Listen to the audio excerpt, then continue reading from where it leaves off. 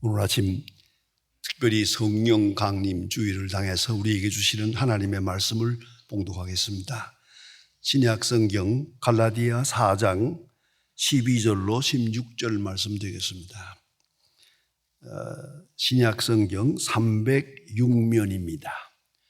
306면 갈라디아 4장 12절부터 봉독하게 됩니다. 이 계시의 말씀을 봉독할 때에 다 함께 하나님의 음성을 들으실 수 있기를 바랍니다. 형제들아, 내가 너희와 같이 되었은즉 너희도 나와 같이 되기를 구하노라. 너희가 내게 해롭게 하지 아니하였느니라. 내가 처음에 육체의 약함으로 말미암아 너희에게 복음을 전한 것을 너희가 아는 바라. 너희를 시험하는 것이 내 육체에 있으되 이것을 너희가 없이 여기지 아니하고 버리지도 아니하고 오직 나를 하나님의 천사와 같이 또는 그리스도 예수와 같이 영접하였도다. 너희의 복이 지금 어디에 있느냐? 내가 너희에게 증언하노니 너희가 할 수만 있었더라면 너희의 눈이라도 빼어 나에게 주었으리라. 그런즉 내가 너희에게 참된 말을 함으로 원수가 되었느냐. 아멘. 1978년, 꽤 오래전 얘기입니다. 제가 젊었을 때입니다. 제가 이화대학교에 초청을 받아서 여자대학에 가서 대학생들만 2,000명을 모아놓고 특별 강의를 한번 한 일이 있습니다. 그들이 나에게 요구한 제목이 있습니다. 그것은 배우자 선택에 대하여 어떻게 하면은 시집을 잘 갈까? 어떻게 하면 결혼을 잘 할까?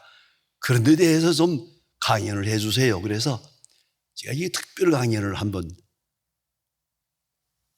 대학생 2,000명 앞에서 강연을 한 일이 있습니다. 강연 1시간 반인데 이걸 다 끝내고 나니까 요 앞에 앉은 학생 하나가 질문을 하는 겁니다. 교수님, 그래서 질문하라고. 아주 질문이 맹랑합니다. 만일에 교수님이 지금 총각이라면 어떤 여자와 결혼하겠습니까? 그건 맹랑하잖아요. 하지만은 구체적입니다. 이건 제가 잊을 수가 없습니다. 제가 그 시간에 즉각적으로 대답했습니다. 나는 얼굴은 보지 않겠다. 왜냐하면 어차피 새벽에 나갔다 저녁에 돌아올 텐데 그거 뭐 얼굴은 중요하지 않고 그 음식이라고 해도 내가 집에서 몇 끼 먹을 것 같지 않아. 밖에서 먹는 날이 많고 그러니까 이게 별로 중요하지 않고 내가 제일 중요한 거 하나 있다. 그리고 일부러 제가 영어를 썼습니다. receptivity가 좋은 여자하고 하겠다. 이게 심리학적 용어입니다. 한마디 했더니 그 아가씨가 생글생글 웃으면서 하는 말이 교수님, receptivity가 뭐예요? 그래서 내가 그럴 줄 알았다. 그리고 설명을 해 주었습니다. 별거 아니다. 내가 무슨 말을 할 때 옆에 앉아서 그렇습니다. 옳습니다. 저도 그렇게 생각합니다. 이게 리셉티비티다. 그러나 내가 무슨 말을 할 때 말도 안 돼. 그 미쳤냐? 이렇게 나오면 그 여자하고는 결혼 못 한다. 아니, 결혼해도 못 산다. 수용성이라는 게 중요하다. 리셉티비티가 그게 바로 사랑의 본질이다. 여기에 따라서 아름다움이 결정되는 것이다 라고 말했더니 하고 그 아가씨가 생글생글 웃으면서 그렇겠네요 하고 앉더라고요. 여러분, 어거스틴은 이런 말을 했습니다. 인간은 알고 있는 것에 따라 평가되는 것이 아니고 그가 사랑하는 것에 따라 평가되는 것이다. 얼마나 아느냐가 문제가 아니에요. 얼마나 사랑하느냐, 그것이 그 사람의 인간됨의 가치다. 이렇게 말했습니다. 오로지 사랑만이 인간을 인간되게 하고 인격을 인격되게 하는 것이다 라고 말했습니다. 저는 특별히 스위스의 신학자 칼 바르트를 좋아해서 그의 책을 많이 읽은 편입니다. 그런데 그 칼 바르트가 죽기 전에 좀 나이 좀 많았을 때 80세가 됐을 때에 여러 대학에 다니면서 특별 강연을 많이 했습니다. 그런 내용들이 책으로 나와 있는데 특별히 시카고 대학에 갔을 때 많은 학생 앞에서 이 노 교수가 아주 명강의를 했습니다.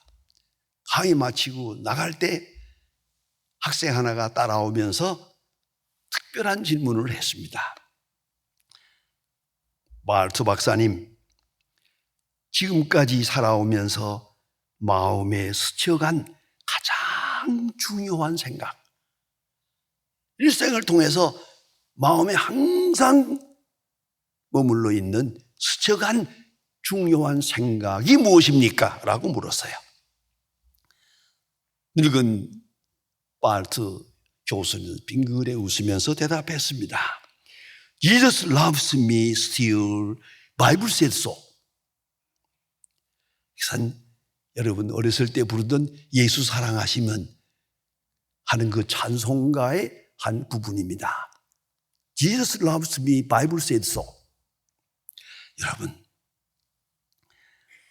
예수께서 나를 지금도 사랑하신다. 성경이 말한다. 이것이 나의 마음속에 있는 가장 중요한 복음이요 신학의 주제다라고 말했습니다. 공교롭게도 이 헬라어는 우리말하고 조금 달라서 사랑이라는 개념이 완전히 셋으로 나누어집니다. 거기서 파생된 것도 많습니다만 우선 기본적으로 세 가지입니다. 하나가 에로스입니다.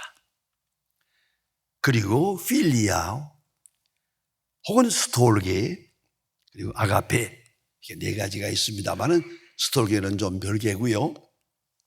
에로스라는 사랑이 있고 이것은 내게서 출발해서 가는 겁니다. 나 중심적인 사랑입니다. 나 중심적인 사랑. 그런가 하면 필리아라는 것은 이웃 중심입니다. 남을 도와주기. 그 프렌드십이라는 말이 여기서 나옵니다. 남을 도와주는 필리아, 이 사랑이 있고요. 그다음에 아가페, 하나님의 사랑이 있습니다. 이에 대해서 요하네스 라즈라고 하는 유명한 교수님이 독일 교수인데 이렇게 정리해 주었습니다. 사람의 에로스가 필리아를 통해 정화되고 필리아는 아가페를 통해 고양될 때에만 비로소 온전한 사랑이 될 수 있다. 아가페가 없는 에로스, 필리아는 타락되기 때문이다. 그렇습니다. 여러분, 사랑한다. 참 중요합니다. 사랑의 적극성도 좋습니다. 열정도 좋습니다만은 그 사이의 사랑은 자기중심적입니다. 이기적입니다. 끌어당기는 겁니다. 쟁취하는 겁니다. 사랑의 불덩어리가 될 때 많은 사람을 괴롭힙니다.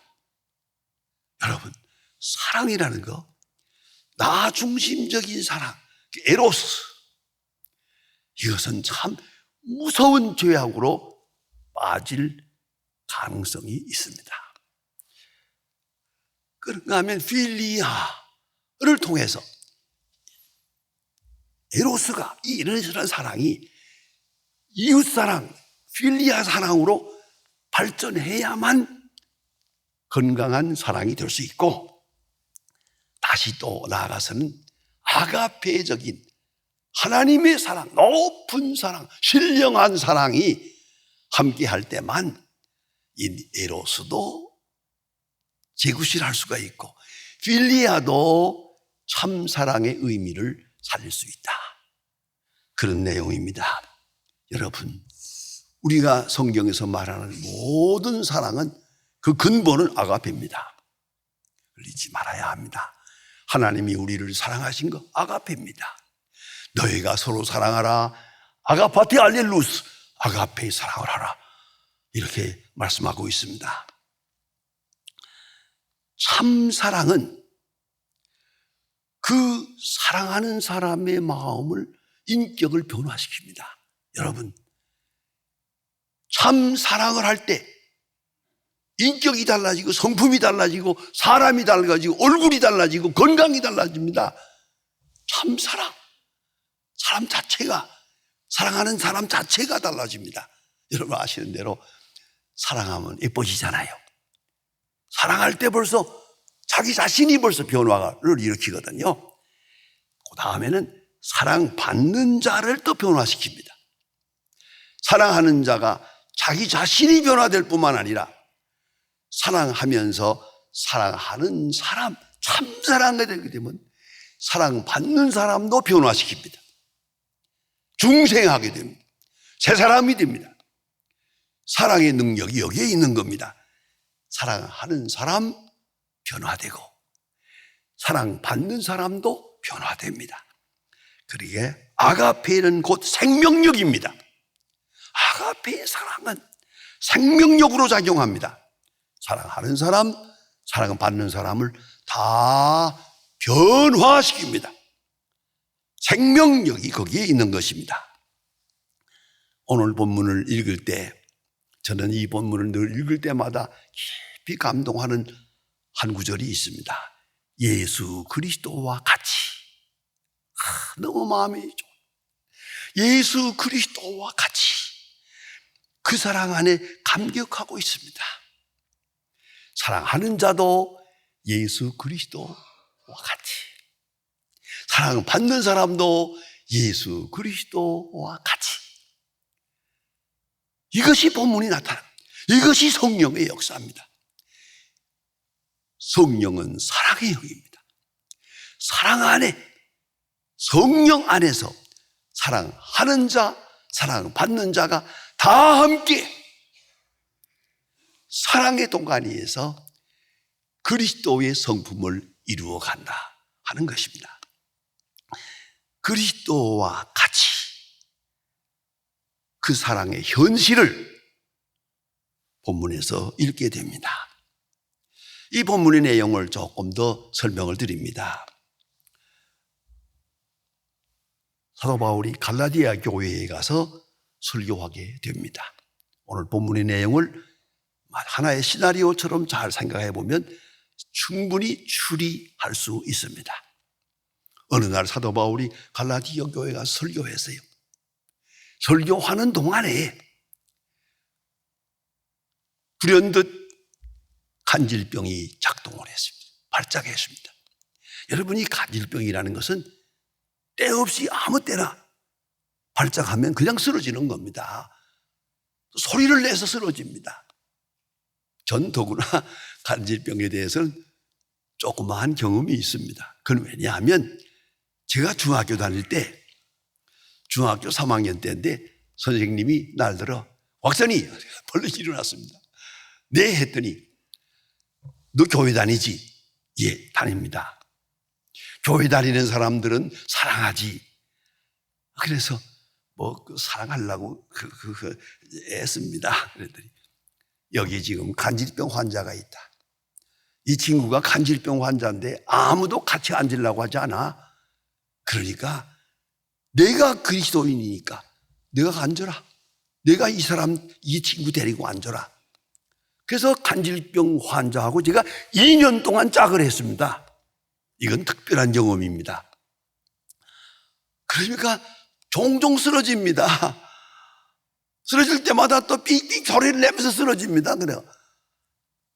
그러면은 그걸 내가 돌보아야 되는데 문제는 쓰러질 때 머리를 다치면 안 되니까 머리 다치지 않도록 하고 또 하나는 이를 가합니다. 그건 전형적입니다. 이를 가.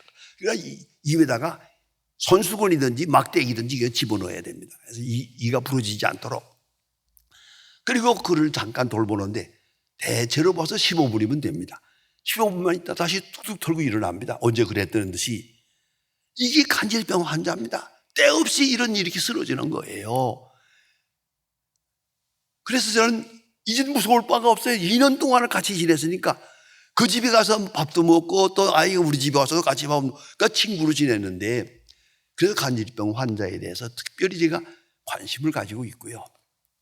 성경에 보면 사도 바울이 고린도 후서 12장에서 말합니다. 육체의 가시 사탄의 사자 물리쳐달라고 하나님 앞에 3번이나 특별 기도를 했답니다. 하나님께서 응답하지 않았습니다.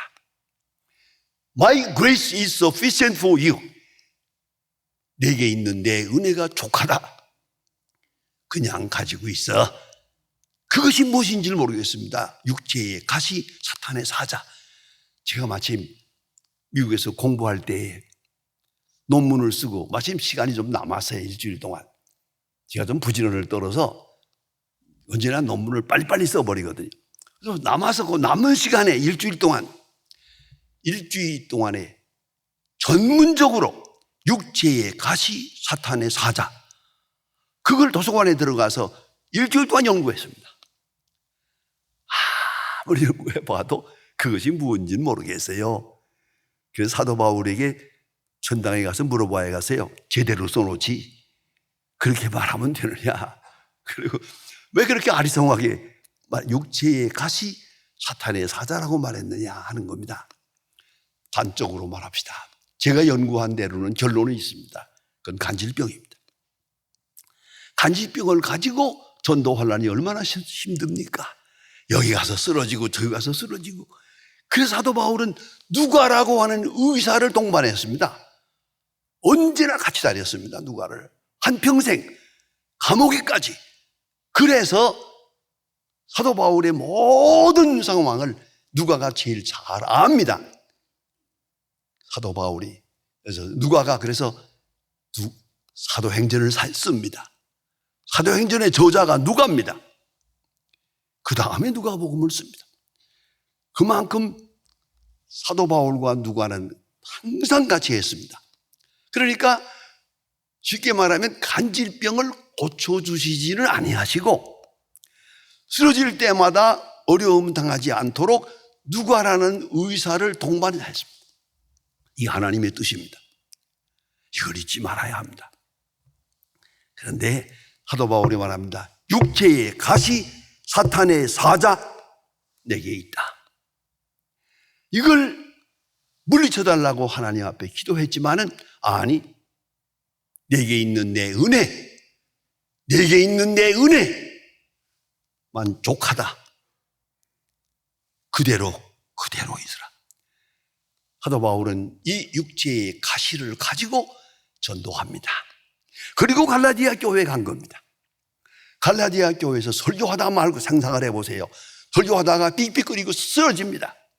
온 교인이 얼마나 놀랐겠습니까? 저는 이 장면을 볼 때 또 생각나는 게 하나 있습니다. 오래 전에 광주 제1교회 가서 제가 부흥회를 인도했습니다.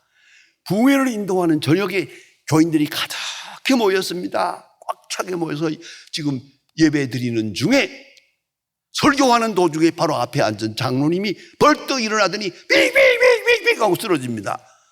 온 교인이 깜짝 놀라고요. 교인이 다 일어났습니다. 너무 놀라가지고. 그런데 가만히 보니까 그 주변에 있는 사람들은 놀라지 않아요. 가만히 있어요. 그래서 내가 이거 간질병이구나 생각을 하고 걱정 없습니다. 아무 일도 없습니다. 말씀하십시오. 이게 안정을 시키고 그분은 거기 쓰러졌습니다. 한 15분 있다가 툭툭 털고 일어나서 밖으로 나가버렸습니다. 부끄러워서. 이렇게 하고 설교를 잘 마쳤습니다. 그 집회를 끝나고 나올 때 제가 비행기 타고 돌아왔는데 비행장에 그 장로님이 나왔어요. 나와서 제 손을 잡고 울면서 목사님 예배 중에 소란을 떨어서 죄송합니다. 그 한마디 하고 헤어졌습니다. 제가 비행기에 올라가서 오면서 계속 생각했습니다.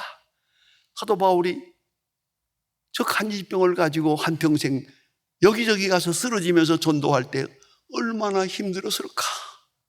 얼마나 힘들었을까? 육체의 가시 사탄의 사자에 대해서 뼈저리게 거기서 경험한 바가 있습니다. 오늘 본문 그대로입니다. 자, 사도 바울이 갈라디아 교회 가서 쓰러졌습니다.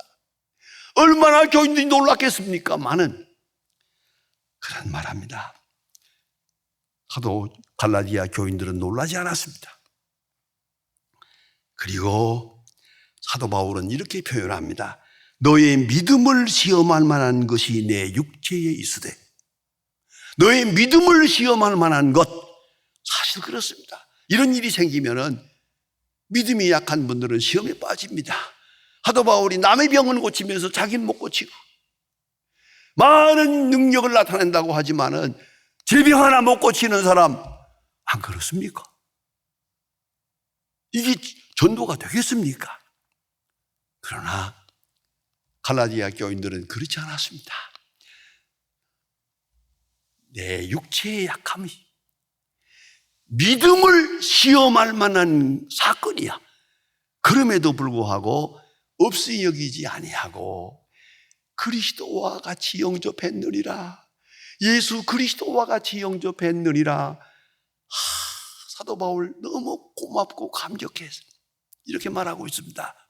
이것은 사도 바울이 갈라디아 교인을 사랑합니다.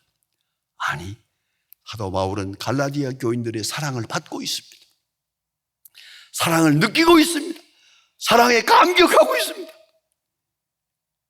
너희가 내가 이렇게 육체의 가시 사탄의 사자, 간질병 환자, 이 쓰러지는 사람을 없이 여기지 아니하고 예수 그리스도와 같이 나를 영접했느니라. 행복해하고 있습니다. 만족해하고 있습니다. 이게 성령의 충만입니다. 잊지 말아야 합니다. 그리스도와 같이, 그리스도와 같이, 이 그리스도의 영입니다. 바울은 바울입니다. 나는 그리스도와 같이, 예수 그리스도와 같이 나를 영접했느니라. 사도 바울은 그렇게 큰 사랑을 느끼고 있습니다. 그리스도의 사랑을 느끼고 있습니다. 그리스도의 사랑에 감복하고 있습니다. 이 사랑, 이게 바로 수용적인 사랑입니다. 이에 더 말할 것이 없습니다. 리셉티비티, 그런 사랑입니다. 그것이 아가페의 사랑입니다. 예수께서 친히 말씀하신 바가 있습니다.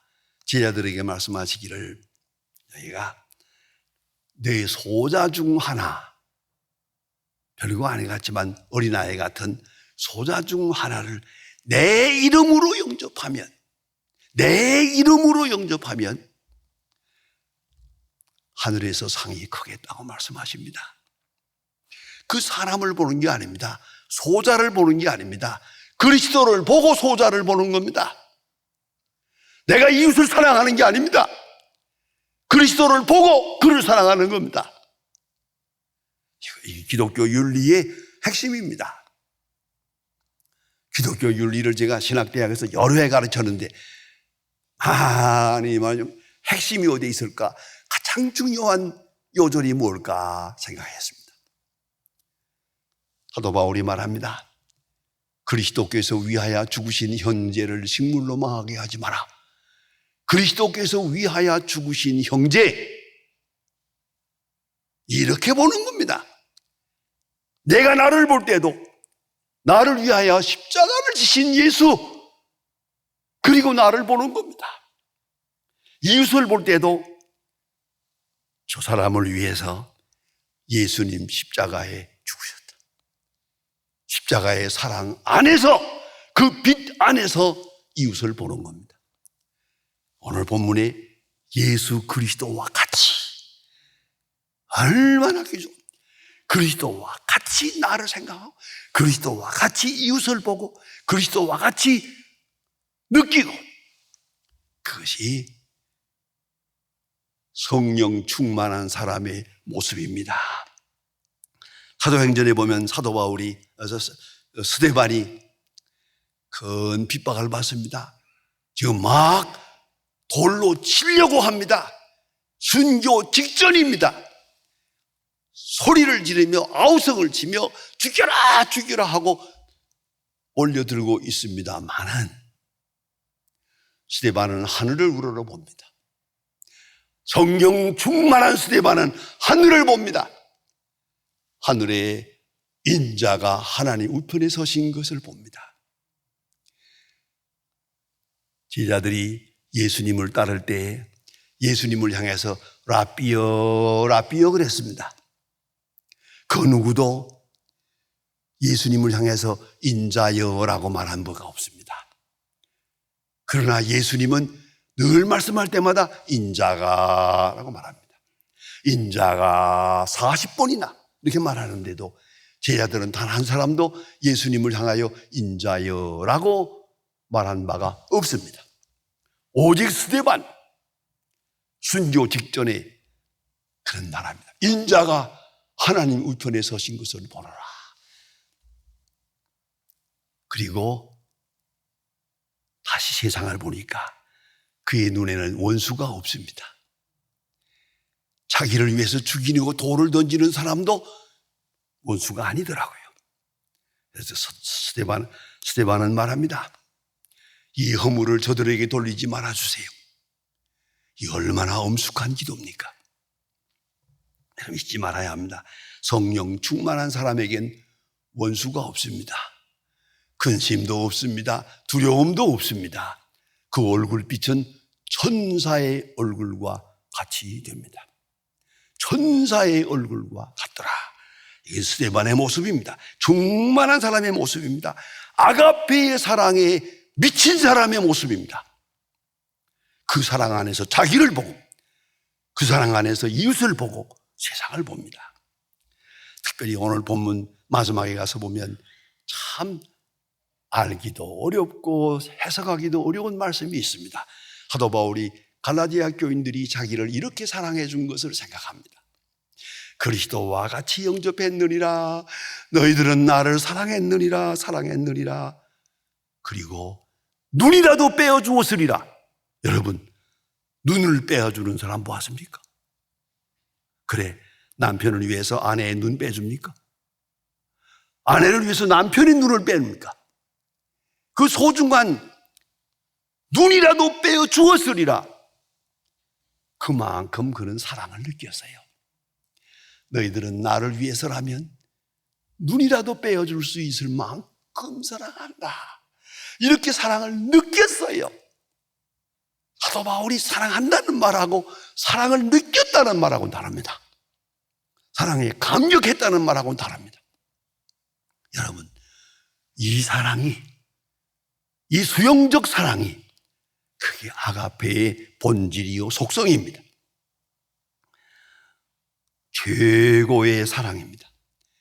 그리스도 때문에 사랑하고 예수 때문에 행복합니다.